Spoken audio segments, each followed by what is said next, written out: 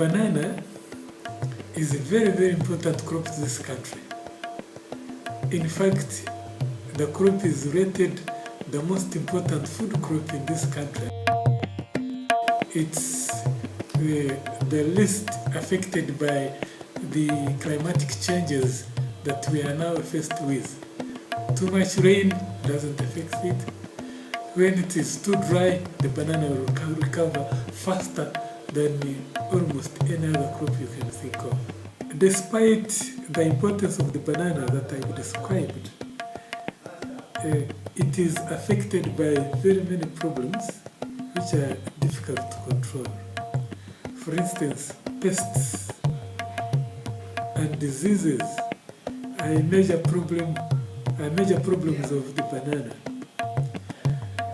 And throughout the years, since 1994, NARO has been working hard on solving these problems. The most effective solution to a problem of pests and diseases is developing resistant varieties, and efforts have gone in to develop resistant varieties. In fact, currently we have 2 matoke hybrids developed by NARO, which have been released to farmers for use, and efforts are going on to multiply them and get them to farmers as fast as possible. The other intervention, apart from developing new varieties using conventional breeding, is to develop new varieties using molecular breeding. This effort is also going on. And now this is how the Agricultural Biotechnology Support Program comes in. It comes in to assist in using biotechnology to solve the many problems of bananas that I've already mentioned above, particularly breeding. With ABSP2, we are doing 2 main activities. One is developing new varieties using molecular breeding, and we have a number of small activities linked to that. And the second one is using biotechnology to multiply the 2 varieties that we developed through conventional breeding so that we get them to end users as fast as possible. And in all these activities, we are progressing very well.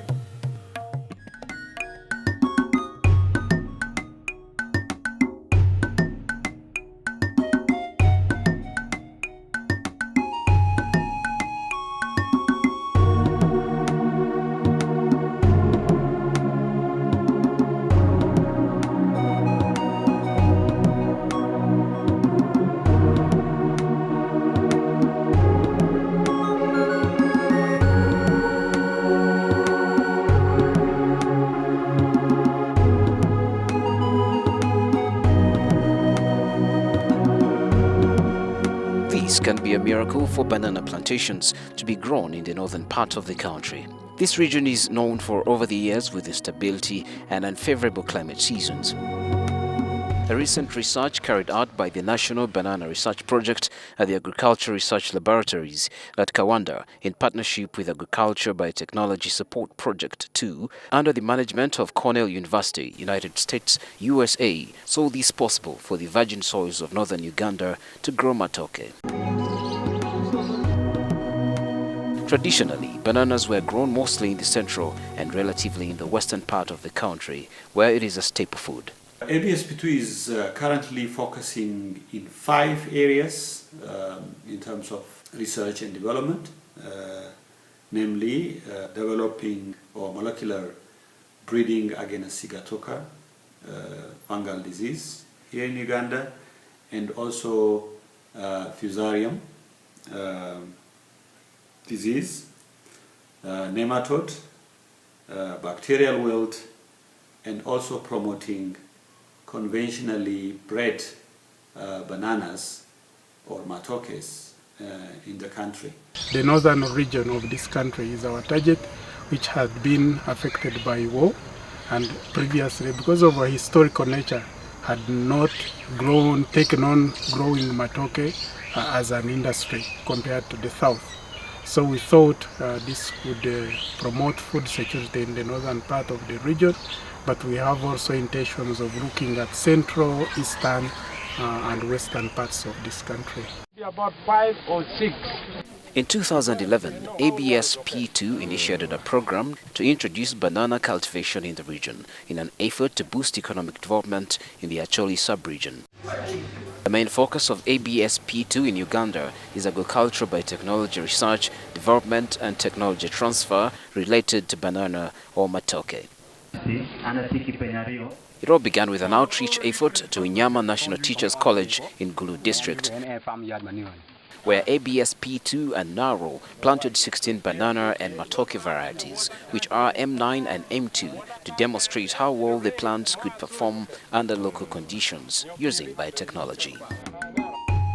Professor Wilberforce Kate Shemeriri, Director of Research at the National Agriculture Research Laboratories in Kawanda, provides an insight into how the process of developing the new banana varieties was achieved. We've used the natural system of getting two parents. We unite them to produce offsprings.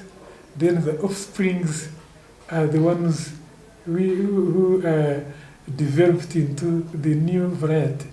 We get a banana with resistance and breed it with our local bananas, which lack the resistance. And when we make that cross, we get offsprings, or we call them hybrids, which have picked the resistance but have retained the characteristics of our matoke. Once we have that, we check them. We get very many plants and check them for that resistance and select only those which have picked resistance and are high yielding. And we test them with farmers. Farmers will help us to select what they think is very good for them. And once that final selection is made, we take it to government and register it as a variety that we want to release. Progress released 2 banana hybrids, M9 and M2, resistant to black sigatoka, tolerant to black weevils, and banana nematodes. Currently testing 6 hybrids with farmers. People were not familiar with the clean planting seed, but also down the road we believe that we'll be getting transgenic bananas that are genetically modified for resistance to banana bacterial wilt, nematodes, weevils, black sigatoka, and all kinds of diseases that affect banana. And this would be like a roadmap that goes ahead to prepare the farmers to receive also other additional products that are being generated under this project. The demand for eating bananas, for instance, is very high. A farmer outreach held in September 2011 at Unyam demonstration site in Gulu district, followed by FM radio programs on banana or matoke cultivation, saw over 300 farmers and political and community leaders from several districts in the region attending the event. Each variety use it differently for cooking, for dessert, and for beer. What comes out, you sell. You try to use it for all different purposes, and you discover new uses. You have made use of these bananas, and you'll find more market for them. During and after the event, farmers expressed great interest in growing banana or matoke themselves. However, it could be decades before farmers have access to advancements in biotechnology as their only challenge.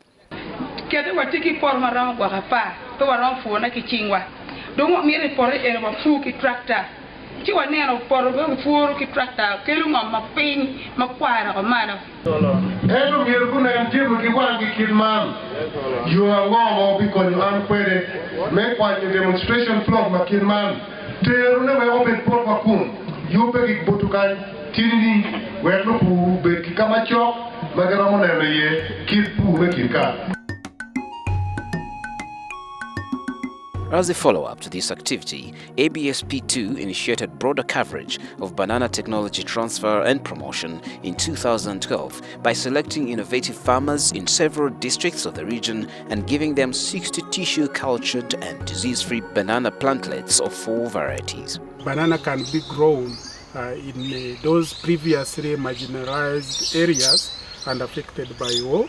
And this banana, so long as you apply appropriate management practices, you can grow bananas literally everywhere in this country.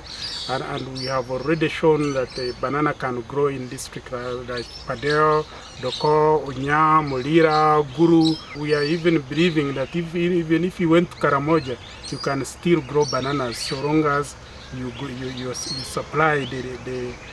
apply the right appropriate technologies. Mrs. Rose Komakech and Mr. Thomas Ogera are one of the farming families in Padea District, Lapole Sub-County, which received 60 plants in 2012. Rose Komakech is a 50-year-old mother of 11 children.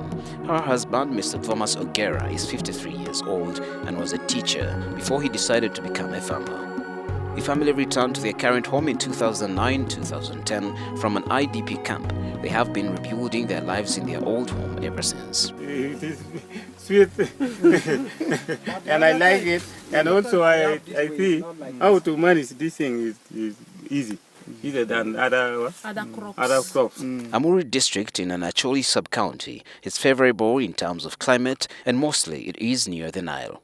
Because of this, farmers in Amuru district are selling suckers from 3,000 to 5,000 shillings each. This has generated a lot of interest for planting bananas in the area. 10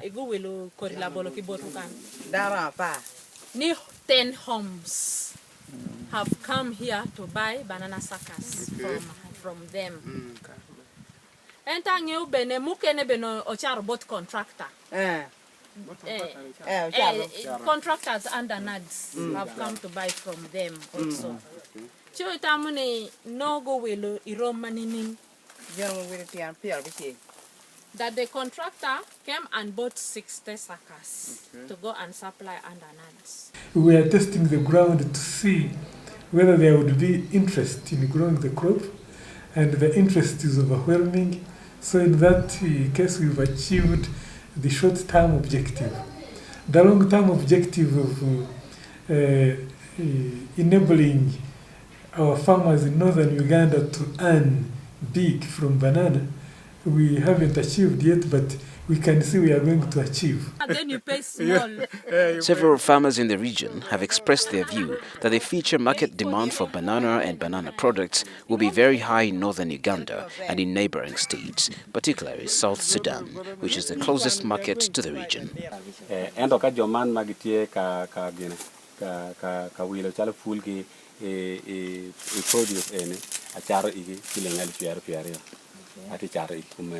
So the hotels around here is selling a bunch of it at 16,000. At first, we were encouraging farmers to have citrus, but it also has its challenges. And since farmers have seen those challenges, they are now comparing with the banana crop.